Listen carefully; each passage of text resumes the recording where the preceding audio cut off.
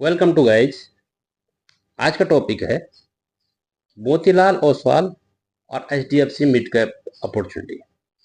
ये दो फंड को हमें अपने पोर्टफोलियो में रखना चाहिए कि नहीं रखना चाहिए।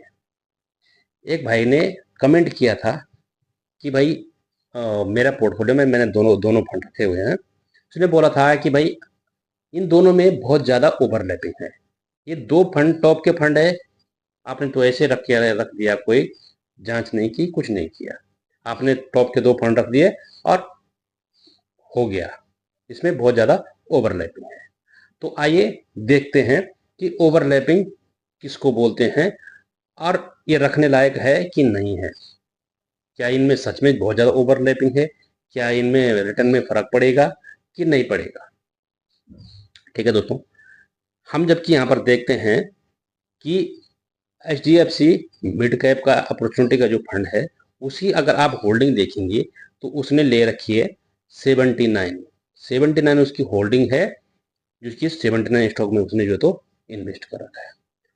और टॉप के जो है, जो इन्वेस्ट कर रखे हैं, जो टॉप के स्टॉक है, जिसने जो जिन स्टॉक में ज़्यादा परसेंटेज है, वो है Max financial service, the federal bank और Balkrishna industry, the Indian hotels company. इस तरह से कोप 4G 5 6 6 7 स्टॉक में ज़्यादा जो है तो पैसा लगा रखा है। 79 ले रखे हैं। ठीक है दोस्तों, और अगर हम बात करेंगे अगर मोतीलाल ओसवाल की, तो मोतीलाल ओसवाल की होल्डिंग सिर्फ 34 है। इसने 34 स्टॉक में जो तो पैसे लगा रखे हैं। 34 स्टॉक में, वहां 79, आधा का आधा फर्क है, आधा से भी ज्यादा है।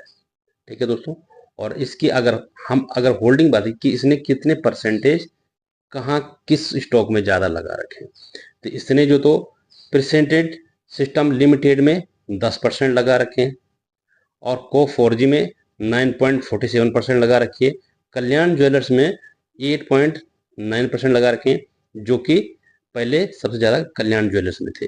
पॉलीकैब में 4%, 4.94% लगा रखे।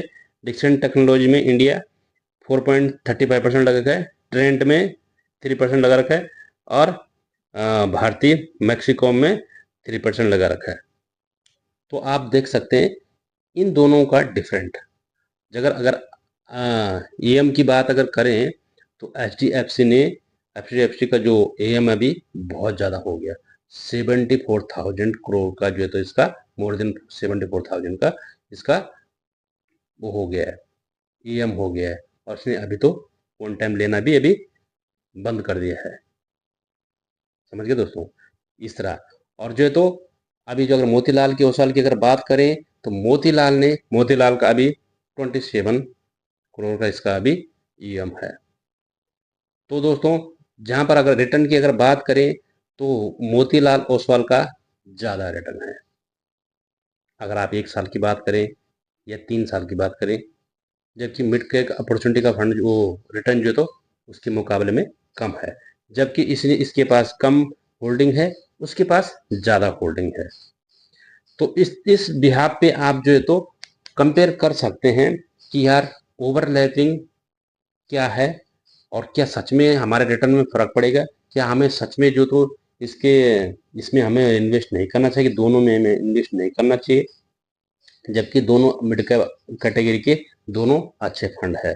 तो अगर आप ये सोच के करेंगे कि यार हमें सिर्फ एक ही फंड में करना चाहिए, तो दोस्तों वैसे तो आपकी मर्जी है, लेकिन अगर आप कर सकते हैं तो मेरे हिसाब से दोनों फंड सही है, दोनों फंड में इन्वेस्ट करना चाहिए। अगर आप दो मिड कैप अगर आप रखना चाहते हैं अपने पोर्टफोलियो में, तो मेरे हिसाब से ये दो फंड सही है। ओवरलैपिंग की जहाँ तक अगर बात है, तो इन मेन होती है होल्डिंग और परसेंटेज, किन किन किन स्टॉक में कितने परसेंट होल्डिंग लगा रखी है।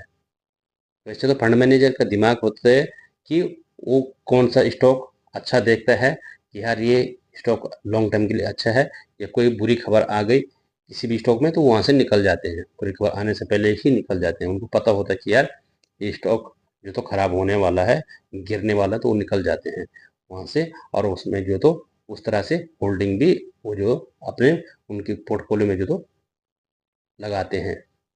तो दोस्तों यहाँ पर जो है तो बात जो है तो इसकी नहीं है कि आप कितने जो है तो ओवरलैपिंग है, आपने देखना ये है कि इसके पास कितनी होल्डिंग है, कितने परसेंट किस स्टोर में लगा रखे हैं, और इनका रिटर्न क्या है, इनका जो ईएम है वो कितना है, और एक्सपेंस ये जरूर चेक कर लेना चाहिए। तो मैं तो इसलिए दोस्तों यहाँ पर इन्वेस्टेड हूँ, जबकि इनमें सिर्फ एसआईपी तो मैं करता हूँ, जब गिरते हैं वन टाइम लगा लेता हूँ, जब जब गिरते हैं।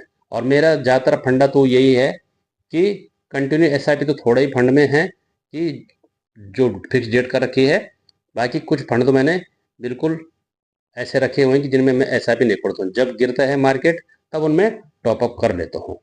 तो इस तरह से दोस्तों आप भी कर सकते हैं, एज यू लाइक, रिकमेंडेशन बिल्कुल भी नहीं है, लेकिन मैं ऐसा करता हूँ।